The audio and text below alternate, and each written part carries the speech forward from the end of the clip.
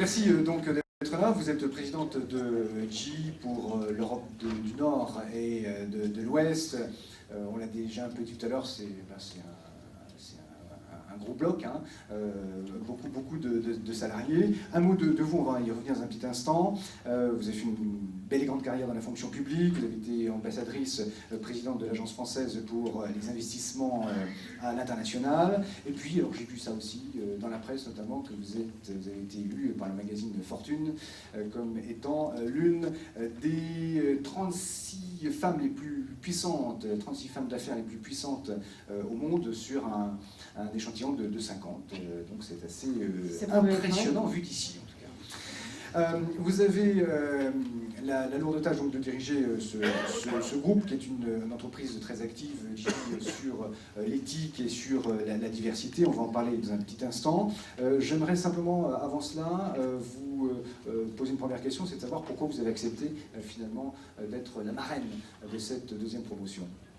D'abord, c'est une très grande fierté d'être ici, parce que quand on écoute les patrons qui ont pris cette initiative, je crois qu'il y a un mot-clé qui a été dit, c'est la relation personnelle. Et s'il y a une chose qui est clé dans l'entreprise, et d'ailleurs dans la vie tout court, c'est justement l'aventure humaine. L'aventure humaine, c'est celle qui est derrière les aventures que vous êtes en train de conduire, madame et messieurs, en créant ou en reprenant une entreprise. Et au fond, c'est ce dont on a besoin aujourd'hui. Vous savez, l'année 2009, elle est paradoxale. Tout le monde parle de la crise financière, de la crise économique. Vous avez parlé de mutation. Les Anglais, ils ont un mot qui dit très bien ce qui est en train de se passer, c'est un reset. C'est-à-dire qu'on est en train de débrancher l'économie qu'on avait avant. Et on est en train de reconstruire une nouvelle société. Et au fond, vous faites ça à ce moment clé. Et j'allais dire que c'est une année paradoxale parce qu'il y a un océan de mauvaises nouvelles, mais c'est en même temps une année où tout est possible et où la création, l'inventivité est celle qui va construire la société de demain. Donc on vit une époque qui est porteuse à la fois d'inquiétude mais d'immense espoir et ce que vous faites aujourd'hui en témoigne. Tout à l'heure, c'est lauréat, on verra quel message vous voulez leur délivrer. Un mot de GE, hein, pour voilà, qu'on ait tous le même niveau d'information sur ce groupe mastodonte, et évidemment fortement représenté aussi chez nous, à Belfort. On est une entreprise qui fabrique des infrastructures pour le monde de demain.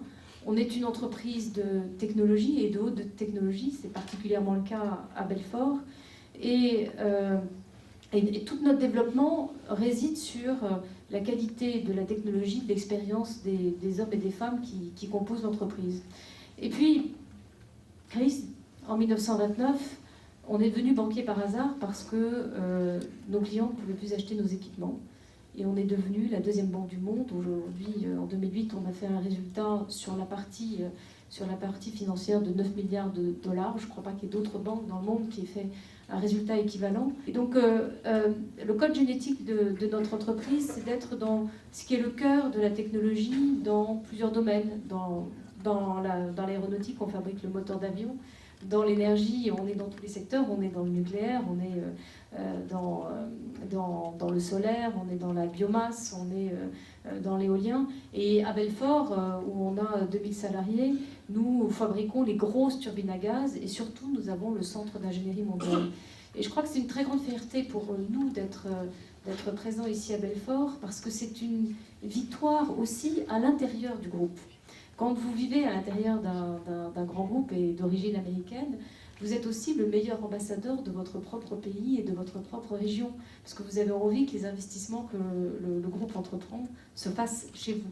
Et grâce à Yves Ménat et à toutes ses équipes, on a réussi à faire en sorte que le centre d'ingénierie mondiale qui met en place et qui fait toute l'ingénierie pour les turbines que nous vendons dans le monde entier, se fasse à Belfort. Donc non seulement on est un des gros pôles de production, on a 2 pôles de production mondiaux dans le monde et celui-là est en France, mais en même temps on se fonde sur la qualité des hommes et des femmes qui sont ici présents dans la région. Alors je ne vais pas vous faire toute l'histoire de GE, vous la trouverez là-dedans. Je voudrais simplement que vous sachiez, parce que c'est la seule raison pour laquelle mes enfants sont contents que je sois patron de GE, c'est qu'on fait aussi du cinéma, et donc j'espère que vous avez tous été voir Mamma Mia, puisque Mamma Mia c'est nous, que vous avez chanté et dansé dans cette période morose. Allez au cinéma. Formidable film. Je ne sais pas si le DVD va sortir bientôt. Le DVD va sortir bientôt. Le DVD, vous pourrez aussi l'avoir en karaoké, donc vous pourrez On referme la parenthèse. On a parlé beaucoup de valeurs hein, dès la première table ronde. On va y revenir tout à l'heure. On va parler d'éthique et de diversité. C'est pas un hasard, parce que ce sont des valeurs que vous partagez aussi, Hadji, et c'est extrêmement important. En quoi c'est important? Et qu'est-ce que vous développez finalement pour, non pas théoriser hein, sur la diversité et sur l'éthique, mais pour voilà, faire entrer les choses en pratique? On croit toujours que quand on est focalisé uniquement sur le business et sur le chiffre d'affaires, on gagne. La vérité, c'est tout le contraire. C'est que quand on se focalise sur la façon dont on accompagne ses collaborateurs, on les aide à grandir, comment on aide à développer les talents qu'ils ne savent pas qu'ils ont eux-mêmes, quand on met de la diversité dans son entreprise, quand on met du sens à ce qu'on fait, notamment le sens environnemental, puisque comme nous, on est une entreprise d'infrastructure et que, vous ne le répéterez pas, mais nos clients, ils fabriquent des avions, ils fabriquent de l'énergie, donc c'est les plus grands pollueurs de la planète. Donc si on peut les aider à moins polluer, évidemment, ça sera mieux pour tout le monde, mais ça sera mieux pour le business. Les valeurs soft de l'entreprise sont au fond celles qui créent le ciment le plus fort pour permettre à la croissance de l'entreprise. Alors elle s'appelle environnement, elle s'appelle diversité, elle s'appelle rayonnement dans le tissu social. Et nous, on se sent une vraie responsabilité en Franche-Comté, puisque sur le pôle de Belfort, on a une très belle réussite. On a multiplié par 5 le chiffre d'affaires de Belfort depuis qu'on en a pris les rênes. On a aujourd'hui des résultats pour 2008 qui sont très positifs.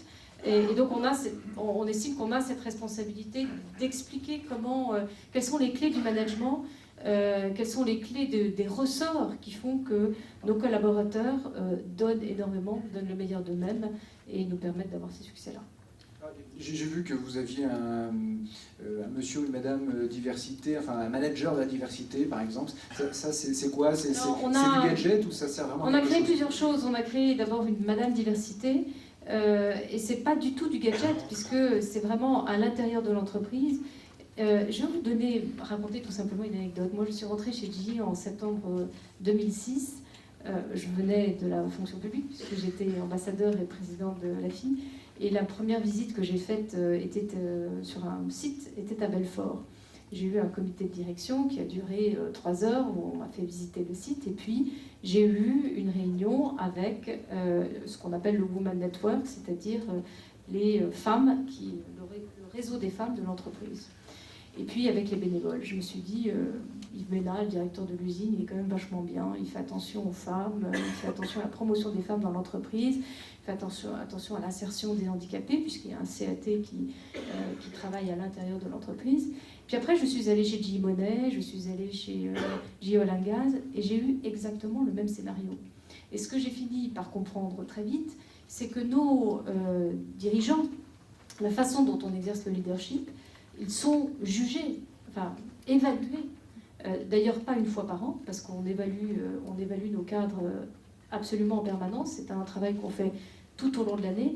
Ils sont évalués sur les valeurs de la diversité, sur les valeurs du bien-être. Alors on a créé un monsieur bien-être qui nous a permis, tout simplement parce que quand les gens sont bien, ils sont plus performants. C'est pas simplement pour le goût de mettre un monsieur bien-être, mais les bonnes idées très pratiques, très concrètes qui peuvent venir de la part de ceux qui vivent au quotidien dans l'entreprise, c'est important. Et puis en 2007, on a participé au train de la diversité. On était d'ailleurs la seule grande entreprise en France à y participer. On a fait signer la charte de la diversité à 50 entreprises de Franche-Comté. Je suis sûre qu'il y en a qui, dans la salle, sont signataires de cette charte de la diversité. Ça nous a donné l'occasion de recevoir un prix en décembre 2008.